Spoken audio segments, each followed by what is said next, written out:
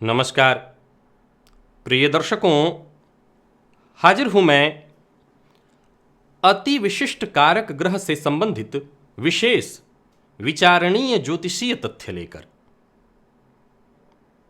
क्या आपकी जन्म कुंडली में कोई ग्रह अति विशिष्ट कारक है? हर लग्न का कोई न कोई एक कारक ग्रह होता है, इसके बारे में तो आप जानते हैं। आप अति विशिष्ट कारक ग्रह की चर्चा भी मुझसे पूर्व में सुन चुके हैं। जो मेरे पुराने दर्शक हैं वो अति विशिष्ट कारक ग्रह की चर्चा का वीडियो पूर्व में देख चुके हैं। जो नए दर्शक हैं वो आज जान जाएंगे। परंतु आज कुछ विशेष तथ्य लेकर के मैं आप सबके सम्मुख उपस्थित हुआ हूं। जन्म कुंडली में आपके लग्न का कारक ग्रह अगर बली अवस्था में हो तो उसे और बल देकर के, उसे और बलवान करके, जहां आप अपने जीवन काल में हर सुख हासिल कर सकते हैं, वहीं एक और सूत्र मैंने आपको पूर्व में बताया। जन्म कुंडली का मुख्य ग्रह ये आपका कारक ग्रह भी हो सकता है, आपके लग्नेश भी हो सकते हैं, भाग्येश भी हो सकते हैं, पंचमेश भी हो सकते हैं। तो उस मुख्य ग्रह के आधार पर भी आप अपनी जन्म कुंडली को बलवान कर सकते हैं। इस सूत्र के बारे में भी आपको मैंने पूर्व में बता रखा है। एक और सूत्र बताया था अति विशिष्ट कारक ग्रह के बारे में। पिछले कुछ दिनों से कई ऐसी कुंडलियां मेरे सामने से गुजरी जहां जातक अपने जीवन काल में पद पर, धन संपन्नता, हर तरह से सुखी, हर सुख उसको प्राप्त।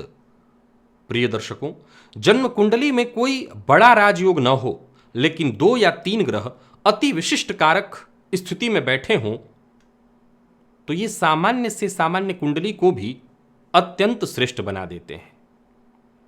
सबसे पहले तो आइए एक सरसरी निगाह अति विशिष्ट कारक ग्रहों के ऊपर हम डाल लेते हैं।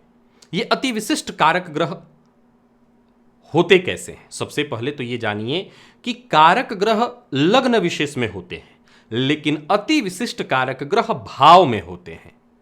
इसीलिए लग्न कोई भी हो, उस लग्न का ये ग्रह कारक हो वा न हो, अगर अति विशिष्ट कारक अपने भाव में बैठा है तो निसंदेह वो आपके लिए श्रेष्ठ फल प्रदायक बनेगा। जैसे लग्न के लिए अति विशिष्ट कारक ग्रह चंद्रमा को माना गया है। लग्न के लिए अति विशिष्ट कारक ग्रह चंद्रमा को माना गया है। तो वहीं द्वितीय और अष्टम भाव के लिए अति विशिष्ट कारक ग्रह केतु को माना गया है। तृतीय और षष्ठम भाव के लिए शनि राहु को माना गया है। ये तृतीय भाव में अति विशिष्ट कारक होते हैं। तो वहीं चौथे भाव के लिए शुक्र को अति विशिष्ट कारक ग्रह माना गया है। ये शुक्र चौथे में और साथ ही साथ 7वें और 12वें में भी अति विशिष्ट कारक होते हैं। गुरु को 5वें और 9वें के लिए अति विशिष्ट कारक ग्रह माना गया है। तो वहीं चंद्रमा लग्न में भी और सप्तम में भी अति विशिष्ट कारक ग्रह बनते हैं। 10वें भाव के अति विशिष्ट कारक ग्रह की बात करें तो वो मंगल हैं, और साथ ही साथ राहु भी अति विशिष्ट कारक बन जाते हैं जन्म कुंडली के 10वें भाव में बैठकर। तो वहीं कुंडली के लाभ भाव यानी 11 भाव में सूर्य और बुध को अति विशिष्ट कारक माना गया है, और शुक्र 12वें भाव में अति विशिष्ट कारक होते हैं। ये 12 भाव में ये ग्रह अति विशिष्ट कारक बनते हैं। ये तो आप एक बार में समझ लीजिए। अब मान लीजिए कि जन्म कुंडली में जब अच्छे राजयोग हों, जन्म कुंडली में ग्रह स्थितियां मजबूत हों, तो यह ज्यादा विचारणीय तथ्य नहीं होता कि जातक के जीवन काल में हर प्रकार का सुख जातक को होगा, जातक अपने जीवन काल में हर तरह से सफल होगा। यह एक सामान्य तर्क और तथ्य है। लेकिन कई ऐसी कुंडलियां भी सामने आ जाती हैं जहां ग्रह स्थितियां बहुत मजबूत नहीं दिखाई पड़ती, लेकिन जातक अपने जीवन काल में बुलंदियों पर है, शीर्षस्थ है। तो उसमें कहीं ना कहीं अहम भूमिका इन अति विशिष्ट कारक ग्रहों की है। बड़ा सरल सा विषय है, इसको जरा समझिए। सबसे पहले तो आप लग्न से ही समझिए कि लग्न में चंद्रमा को अति विशिष्ट कारक कहा गया। अब चंद्रमा लग्न में अति विशिष्ट कारक इसलिए होते हैं क्योंकि चंद्रमा में शीतलता है। चंद्रमा में शीतलता है। चंद्रमा का अगर प्रभाव जातक के व्यक्तित्व पर पड़े तो समाज में निसंदेह वो पूज्य बन जाएगा। कारण उसका स्वभाव वो सबसे घुलने मिलने वाला होगा, मिलनसार होगा। हो सकता है वो जातक अपने लिए आलसी भी हो, लेकिन वो समाज में मिलनसार होगा। सभी लोग, मतलब ऐसा कोई नहीं है जो उससे लड़ना चाहेगा। इसलिए चंद्रमा लग्न में अति विशिष्ट बनते हैं। केतु को आकस्मिक धन का कारक कहा गया है। कुंडली का अष्टम भाव गुप्त धन का है, इसलिए द्वितीय भाव में ये आकस्मिक कारक हैं। शनि और राहु पराक्रम में कारक होते हैं। समझने की बात है, यहाँ कोई बहुत ज्यादा विचारणीय तथ्य नहीं। पराक्रम में इनका होना और षष्ठ में होना, यहाँ शत्रुता का भाव है। सो यहां पर ये अगर देखा जाए तो ये जन्म कुंडली का जो छठवां भाव है, यहां पर शनि और राहु इसलिए भी कारक होते हैं कि शत्रुहंता स्थिति शनि यहां बना देते हैं। और किसी भी शत्रु से पर अगर विजय प्राप्त करना है तो पराक्रम पुरुषार्थ तो होना ही चाहिए। तो पुरुषार्थ भाव अगर शनि राहु का वहां संबंध हो तो वहां वो अति विशिष्ट कारक। अब यहां शुक्र को चौथे का अति विशिष्ट कारक माना गया है। गौर करिएगा कि मैंने कार्यक्रमों में अपने कई बार चर्चा करके बताया कि शनिदेव कारक हैं, क्योंकि वो क्षेत्र के कारक होते हैं। तो शनिदेव का संबंध अगर चौथे से बनता है तो जातक भूमि भवन वाहन के सुखों से सुसंपन्न होता है। लेकिन अगर शुक्र चौथे से संबंध बना रहे हैं तो यह भी अत्यंत श्रेष्ठ है, क्योंकि सीधी सी बात है कि जीवन में कौन नहीं चाहता सुखद, बेहद शानदार और श्रेष्ठ जीवन जीना। तो जन्म कुंडली का चौथा भाव आपके सुखों का भाव है। सो सीधी सी बात है, शुक्र का यहां संबंध अति विशिष्ट कारक स्थिति उत्पन्न करने वाला। देवगुरु के लिए ज्यादा बताने की आवश्यकता नहीं। नवम और पंचम में ये इनके अलावा कोई और अति विशिष्ट कारक हो ही नहीं सकता। चंद्रमा और शुक्र सप्तम में अति विशिष्ट क्यों? शुक्र का की दृष्टि आपके लग्न पर पड़े तो आपके व्यक्तित्व में केवल भोग नहीं वरन एक ऐसा निखार उत्पन्न हो जाएगा जहां कोई भी आपसे आकर्षित हो जाए। यहां देखिए, दोनों ही ग्रह जो लग्न से संबंध बना करके अति विशिष्ट कारक बन रहे हैं, वो कहीं ना कहीं आपके व्यक्तित्व में निखार लाना, ये दोनों ही स्त्री कारक ग्रह हैं और दोनों का संबंध लग्न से बना करके आपके जीवन काल में कहीं ना कहीं एक तरह से देखा जाए तो ऐसा आपका व्यक्तित्व हो जो कोई भी आपकी तरफ आकर्षित हो जाए। तो वहीं कुंडली के दसम की अगर हम बात करें तो यहां मंगल, सभी जानते हैं मंगल का दसम भाव से संबंध सबसे मजबूत माना गया है। राहु इसलिए क्योंकि राजनीति और कार्य क्षेत्र में ये न केन प्रकारेण हर प्रकार से जातक अपना काम निकाल ले। सूर्य लाभ भाव में इसलिए अति विशिष्ट कारक क्योंकि सूर्य सरकार के कारक हैं, शासन और प्रशासन के कारक हैं, और लाभ से जुड़ जाएं तो देखा जाए तो ऐसा जातक, अगर शासन और प्रशासन पर आपकी पकड़ हो, वहां से आप धन अर्जित कर लें, सरकार से आप धन अर्जित कर लें, तो फिर बाकी कहाँ रहा, हर किसी से धन अर्जित कर लेंगे। और सूर्य लाभ भाव में हो तो कभी पैसे की कमी जातक के जीवन में नहीं होती। वहां पर बुध को भी अति विशिष्ट कारक माना गया क्योंकि बुध सूर्य के साथ वहां अगर संबंध बना ले तो कहना ही नहीं, बुध अकेले भी लाभ भाव में बैठे हों तो लाभ में कभी कमी जीवन काल में जातक के नहीं होती है। और शुक्र के बारे में तो सभी जानते हैं, व्यय के ये कारक हैं और 12वें भाव में ये अति विशिष्ट कारक बनते हैं। उस अवस्था में जातक के जीवन काल में सुखों की कोई कमी नहीं रहती। अब आपकी जन्म कुंडली में हो सकता है 1, हो सकता है 2, हो सकता है 3 या 4 अति विशिष्ट कारक ग्रह हों, और मैं दावे के साथ कह सकता हूं कि अगर 3, 4 या 5 अति विशिष्ट कारक ग्रह बैठे हैं आपकी जन्म कुंडली में अति विशिष्ट कारक भाव में, आप किस लग्न के हैं भूल जाइए। उदाहरण से समझिए कि मान लीजिए वृषभ लग्न की कुंडली हो और सूर्य बैठे हैं लाभ भाव में। मेष लग्न में तो मान लीजिए कारक हैं ही, किसी भी लग्न को आप ले लीजिए, अगर लाभ भाव में सूर्य बैठे हैं और उस लग्न में कारक नहीं है, मान लिया जाए मकर और कुंभ लग्न ही है, यहां पर सूर्य कारक नहीं होते लेकिन लाभ से उनका संबंध बना है तो वो अति विशिष्ट कारक है। तो आपकी जन्म कुंडली किस लग्न की है इसको बिल्कुल भूल जाइए।